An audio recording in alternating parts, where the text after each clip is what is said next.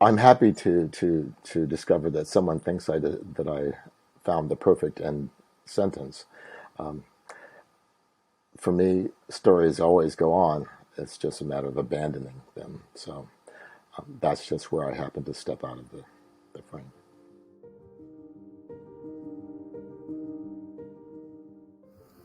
Well, that's quite easy. They're members of the KKK, so they are necessarily objects of ridicule. As for their appearing cartoonish and shall we say, stupid, I was only trying to be historically accurate.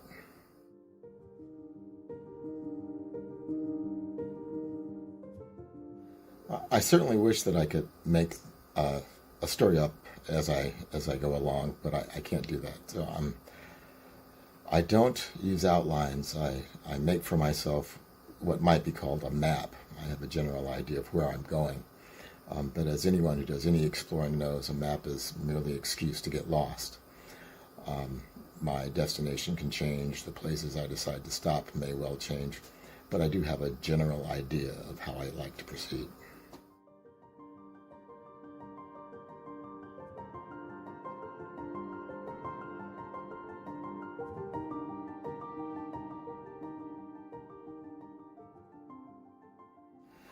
Well, it's certainly not the case that it portrays all of rural Southern or white America, um, but it certainly is true of some Americans as extant beings. So um, one need only look at the current hearings about the January 6th riots on the Capitol building in Washington to understand that um, this sort of regressive, almost antebellum Civil War thinking still exists.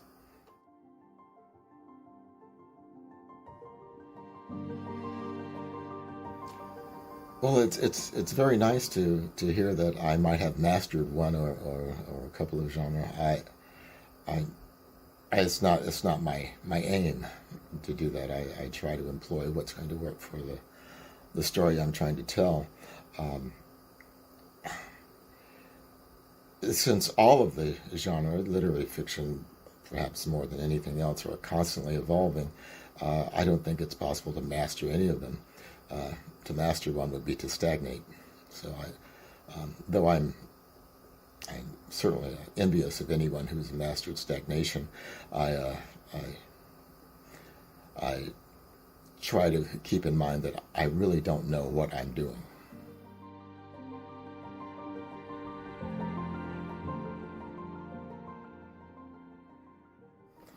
Well, there are any number of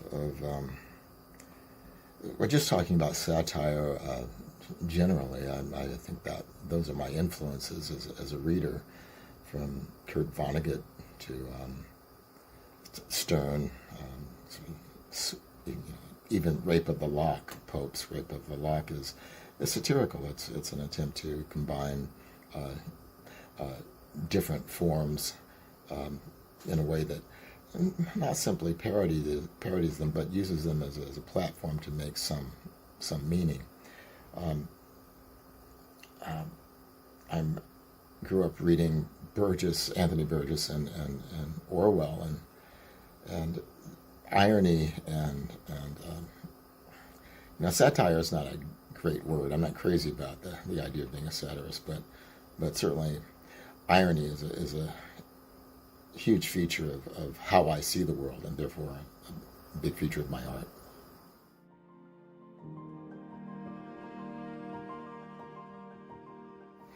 Damon Thruft wrote with a number 3 pencil sharpened with his Phi Beta Kappa penknife again and again. He scratched out names on a yellow legal pad. He scratched and scratched. Bill Gilmer, Shedrick Thompson, Ed Lang, John Henry James, Charles Wright, Henry Scott, Arthur Young, George Dorsey, May Dorsey, Dorothy Malcolm, Eugene Hamilton, Paul Booker, James Jordan, W. W. Watt, Lemuel Walters, George Holden, Will Wilkins, John Ruffin, Henry Ruffin, Elijah Woods, Anderson Goss, Huey Connerly, Dago Pete, Laura Nelson, William Fambrough, Isidore Banks, unknown male. Tony Champion, Michael Kelly, Andrew Ford, Henry Henson, unknown male.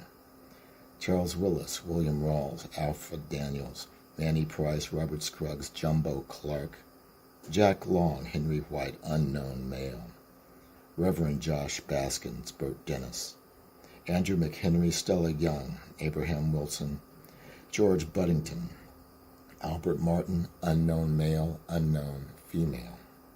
Richard Puryear, John Campbell, John Taylor, Ernest Green, Charles Lang, Ed Johnson, Andrew Clark, Alma Major, Maggie House, Nevlin Porter, Johnson Spencer, James Clark, Levi Harrington, John Minho, Albert Williams, Will Brown, Wyatt Outlaw, John Stevens, Perry McChristian, Felix Williams, unknown male.